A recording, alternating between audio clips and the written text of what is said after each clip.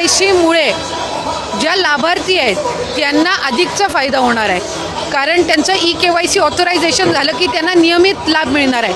म्हणजे या ज्या तक्रारी आहेत की 1 महिन्याचा लाभ मिळाला, दुसऱ्या महिन्याचा मिळायला विलंब झाला, तिसऱ्या महिन्याचा त्या ठिकाणी थांबला गेला, तर या सगळ्यामध्ये सरळता आणि त्याचबरोबर सुलभता ही त्या निमित्ताने येणार आहे. हॅलो माझ्या लाडक्या बहिणींनो आणि लाडक्या ताईंनो, आदित्य तटकरे मॅमनी लाडकी बहीण योजनेसंबंधीची जी KYC आहे ती कशा पद्धतीने करायची याचं संपूर्ण विश्लेषण त्यांच्या फेसबुक हँडलला नुकतंच दिलेलं आहे. ही KYC कशा पद्धतीने करायची, जर तुम्ही ही KYC केली तरच तुम्हाला 1500 रुपये मिळणार, अदरवाईज तुम्हाला 1500 रुपये मिळणार नाही आहे. मग महाराष्ट्रातील असंख्य बहिणींना हे करायचं, ज्या पात्र होत्या, ज्या अपात्र होत्या, जून जुलै ऑगस्ट महिन्यांमध्ये संपूर्ण बहिणींना करायची आहे.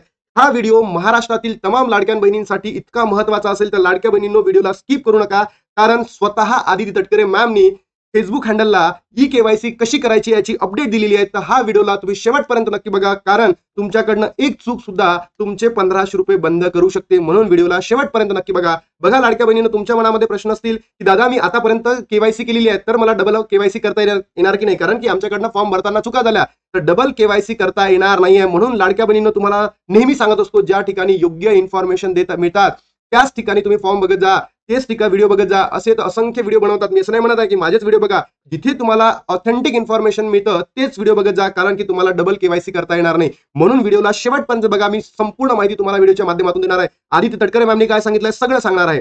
KYC केल्यास 1500 रुपये मिळणार म्हणजे मिळणार फिक्स.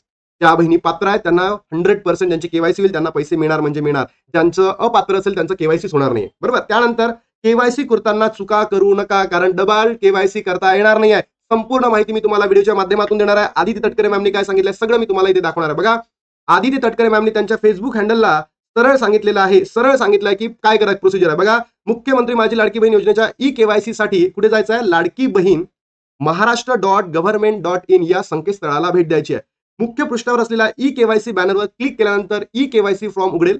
या फॉर्म मध्ये लाभार्थ्याने आपला आधार क्रमांक, पडताळणी संकेतांक नमूद करून आधार प्रमाणीकरणासाठी संमती देत सेकंड OTP सेंड करावा.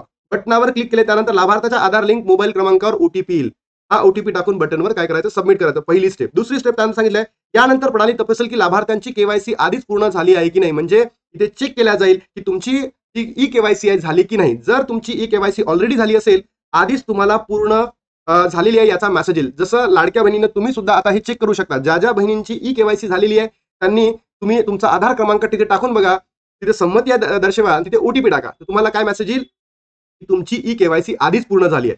ज्या ज्या बहिणींची KYC झाली असेल त्यांनी कमेंट बॉक्समध्ये सांगा तुमच्याकडनं काय चुका झाल्या, त्या सुद्धा मला सांगा, मी तुम्हाला याच्याबद्दल उत्तर देतो. जर पूर्ण झाली नसेल तर आधार क्रमांक मुख्यमंत्री लाडकी बहीण योजनेच्या पात्र यादीत आहे की नाही ते तपासले जाईल. त्याच्यानंतर त्यांनी मागितलं, जर आधार क्रमांक पात्र यादीत असेल तर पुढील टप्प्यामध्ये जाता येईल.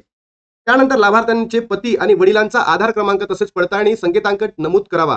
संमती दर्शवून OTP वर क्लिक करावे. OTP संबंधित मोबाईलवर प्राप्त झाल्यावर तो टाकून सबमिट करावा. म्हणजे काय, तुमच्या पती आणि वडिलांचा. आता इथे खूप अनेक प्रश्न आहे.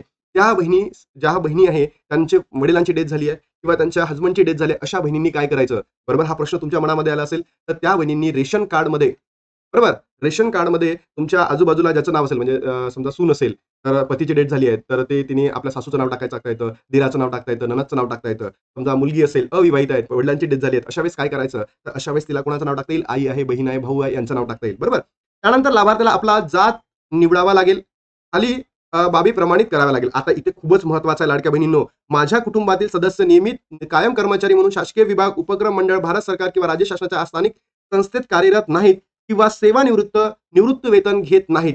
बघा इथे काय म्हटलंय, तुम्हाला नाहीत म्हटलेलं आहे आणि तुमच्या समोर 2 ऑप्शन येईल, होय किंवा नाही. बरोबर. तर लाडक्या बहिणींनो, हा जेव्हा प्रश्न मांडलेला हा प्रश्नही चुकीचा आहे की निवृत्त वेतन घेत नाही. तर नाही म्हटलं तर नाहीच घेत ना, नाहीच घेत. आणि होय म्हटलं तरी उत्तर काय आहे, नाहीच, होय, आम्ही घेतच नाहीये. बरोबर. म्हणजे तुम्हाला टिक काय करायचं, होय. या ठिकाणी टिक काय करायचं, आमच्यापैकी कोणताही सदस्य घरी निवृत्त वेतन किंवा सरकारी वेतनांमध्ये आम्ही घेत नाही, होय, येस, घेत नाही. पण हा इथे तुम्ही नाही टिक करू असं काही फरक पडणार नाहीये. ज्यांच्याकडनं चुका झाल्या त्यांनी नाही केलं असेल तर काही फरक पडणार नाही. पण आता ज्या नवीन बहिणी असतील त्यांनी काय करायला पाहिजे, इथे होय करायला पाहिजे. माझ्या कुटुंबातील केवळ एक विवाहित आणि एक अविवाहित महिला योजनेचा लाभ घेत आहे. तर याचं उत्तर, जर तुम्ही दोघीच असाल तर होय करायचं, अन्यथा तुम्ही याचं काय करायचं, नाही करायचं. कारण हे 2च असेल आणि जर तुम्ही 2 पेक्षा जास्त असेल तर तुमचा लाभ सुद्धा बंद होऊ शकतो लाडक्या बहिणींनो, हे सुद्धा मी तुम्हाला इथे सांगतोय. पण इथून इन्फॉर्मेशन तुम्हाला परफेक्ट टाकायची आहे. झालं? अशा पद्धतीने तुमची ई-केवायसी पूर्ण केल्या जाईल. मग हा त्यांनी फॉर्म टाकलेला होता लाडक्या बहिणींनो. या फॉर्ममध्ये सुद्धा इन्फॉर्मेशन दिलेली आहे. मी तुम्हाला सविस्तर सांगतो. आता घाबरू नका, कारण तुमचा लाडका भाऊ तुमच्या सोबत आहे. सोबतच मला आज एका लाडक्या बहिणीचा फोन आला. लाडक्या बहिणींना भेटलो. त्यांना ना पती आहे, बरोबर, ना त्यांना वडील आहे, बरोबर. वडिलांची डेथ झाली आहे, म्हणजे आईची डेथ झाली आहे, बहीण नाही, भाऊ नाही. त्यानंतर पतीचीही डेथ झाली आहे, सासू नाही, सासरे नाही, देर नाही, नणंद नाही, कोणीच नाही. त्या एकट्या राहतात. मग अशा वेळेस या महिलांनी काय करावं, तर अशा वेळेस या महिलांनी आपलाच नंबर त्या पती किंवा वडिलांच्या याच्यामध्ये टाकावा. सोबतच तुम्ही बघा, आता महाराष्ट्रातील अनेक बहिणींकडे मोबाईल असेल का हो, बरोबर, अनेक बहिणींकडे मोबाईल असेल का? इतके फॉर्म भरत आहेत, 2.69 कोटी इतके फॉर्म भरणार आहे किंवा इतके लोक आपले ई-केवायसी करणार आहे. सगळ्यांकडेच मोबाईल असतील का? तर नाही. म्हणून लाडक्या बहिणींनो, एकदमही घाई करू नका हा फॉर्म भरण्यासाठी.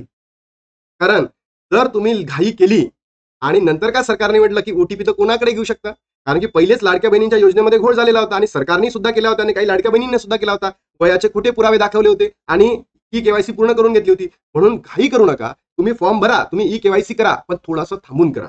लक्षात येतं लाडक्या बहिणींनो, कारण बाकीचे सगळेच म्हणत असतील फॉर्म भरा, फॉर्म भरा, फॉर्म भरा. पण लाडक्या बहिणींनो, असे मुद्दे येऊ शकतात, असे मुद्दे येऊ शकतात. म्हणून तुम्हाला लक्षात घ्या, हळूहळू फॉर्म भरा, बरोबर. 2-4 दिवस घ्या. आता तशी गर्दी चालू आहे, अनेबल टू सेंड ओटीपी खूप लोकांना मेसेज येतोय, खूप इश्यूज होत आहे. म्हणून थोडं थांबून घ्या. अजून सरकार नवीन पोर्टल सुरू करणार आहे, ज्या माध्यमातून जे आहे त्यांना थंब, तुम्हाला माहिती आहे ना, अंगुठा लावायचा असतो, त्यांच्याकडे मोबाईल नाही, त्या बहिणींना सुद्धा सोयी दिल्या जाणार आहे. तर घाबरू नका लाडक्या बहिणी. बघा, http.ladki.maharashtra.in या वेबसाईटवर गेलं, नंतर तिथे ई-केवायसी बॅनर दिसेल, तिथे तुमचा फॉर्म उघडला जाईल, तिथे तुमचा आधार क्रमांक आणि पडताळणी कोड टाकायचा आहे. मी डबल सांगतोय, एकदा सविस्तर आहे का, सेंड ओटीपीवर टिक करायचं. जर तुम्ही योग्य असाल, तुमची केवायसी झाली असेल किंवा नाही झाली हे या ठिकाणी तपासलं जाईल. जर तुमची केवायसी झाली असेल तर तुम्हाला अशा पद्धतीचा मेसेज येईल. जर तुमची केवायसी नसेल तर तुम्हाला इकडे जावं लागेल. ठीक आहे. इथे काय म्हटलं, आधार क्रमांक लाभार्थ्यांच्या मंजूर यादीत नाव आहे की नाही ते तपासले जाईल. ते तपासल्यानंतर तुम्हाला काय जर म्हटलं, तिथे मेसेज आला की बाबा तुमचं नाव या आधार क्रमांक मुख्यमंत्री माझी लाडकी बहीण योजनेसाठी पात्र नाहीत, बरोबर. अशा वेळेस तुम्हाला तिथून कोणताही पुढचा हप्ता मिळणार नाही किंवा जे तुमचे जून, जुलै, ऑगस्ट हप्ते होते त्याचे महिने मिळणार नाही. मग तुम्ही जर इथे म्हटलं की नाही तुम्ही पात्र यादीमध्ये नाव आहे, तर मग तुमचा लाभार्थ्यांचा आधार लिंक मोबाईल नंबर आहे, तिथे ओटीपी टाकला जाईल आणि तिथे सबमिट करून ते पुढे चाललं जाईल. पुढे गेल्यानंतर तुम्हाला ई-केवायसी करायची आहे. पती आणि वडील यांचा आधार क्रमांक नमूद करून पडताळणी संकेत अकाउंट टाकायचा आहे आणि नमूद करावा. तसेच आधार प्रमाणिकासाठी दर्शवून ओटीपी टाकायचा. हा जो ओटीपी आहे ना लाडक्या बहिणींनो, तुमच्या मोबाईलवर येईल, तुम्ही जो मोबाईल टाकलाय त्याच्या याच्यावर येईल आणि इथे जे टाकलाय नंतर पती आणि वडील यांचा आधार लिंक करून मोबाईलवर प्राप्त झालेला ओटीपी स्क्रीनमध्ये टाकून सबमिट करायचा. म्हणजे इथे एक तर बाबा किंवा आपले हसबंड म्हणजे तुमचे हसबंड त्याचा ओटीपी येईल. त्यानंतर लाडक्या बहिणींनो बघा, लाभार्थ्यांनी जात प्रवर्ग निवडायचा, म्हणजे तुमची कास्ट सबकास्ट निवडायची आहे. आणि सर्वात महत्त्वाचं मी इथे सांगतोय बघा, माझ्या कुटुंबातील सदस्य नियमित कर्मचारी म्हणून सरकारी विभाग, उपक्रम, मंडळ, भारत सरकार किंवा राज्य सरकारच्या स्थानिक संस्थांमध्ये कार्यरत नाही किंवा निवृत्त वेतन घेत नाही, होय नाही. काय टिक करायचं? अनेक बहिणींनी चुकवलेलं आहे. अनेक बहिणींना तुम्ही चुकी करू नका. बघा लाडक्या बहिणींनो, मी म्हणून तुम्हाला म्हणत असतो की शेवटपर्यंत नक्की व्हिडिओ बघा. इथे काय करायचंय तुम्हाला? होय करायचं आहे. आमच्याकडे कोणीही सेवानिवृत्त वेतन घेत नाही, होय घेतच नाही. माझ्या कुटुंबातील एक विवाहित, एक अविवाहित महिला लाभ घेते. तर तुम्ही दोघी बहिणी असाल, एक विवाहित आणि एक अविवाहित, तर तुम्ही काय म्हणायचं आहे? हो. जर तुम्ही 2 पेक्षा 3, 4, 5 महिला असेल तर तुम्ही इथे काय करायचं आहे? नाही. पण इथे हे सांगतोय, तुम्ही जर 2 पेक्षा जास्त महिला टाकल्या तर तुमचा लाभ सुद्धा बंद होऊ शकतो, बरोबर. नंतर सबमिट बटनवर टिक करून तुमची काय होईल? ई-केवायसी पूर्ण केल्या जाईल. तर अशा पद्धतीने लाडक्या बहिणींनो, आदिती तटकरे मॅमने तुमच्यासाठी अत्यंत महत्त्वाची न्यूज दिली आहे. जर तुम्हाला ही न्यूज आवडली असेल तर तुम्ही महाराष्ट्रातील तमाम बहिणींपर्यंत पोहोचवा, जेणेकरून प्रत्येक बहिणीची केवायसी होईल आणि त्यांना 1500 रुपये मिळेल. 100% त्यांना तो हप्ता मिळेल आणि याच्यातली एकही जर तुम्ही चूक केली तर तुम्हाला ते पैसे मिळणार नाही. तर आता मग लाडक्या बहिणींनो, आय होप तुम्ही व्हिडिओला नक्की लाईक कराल, शेअर कराल, सबस्क्राईब कराल आणि महाराष्ट्रातील तमाम बहिणींपर्यंत पोहोचाल. तोपर्यंत जय हिंद, जय महाराष्ट्र, जय श्रीराम.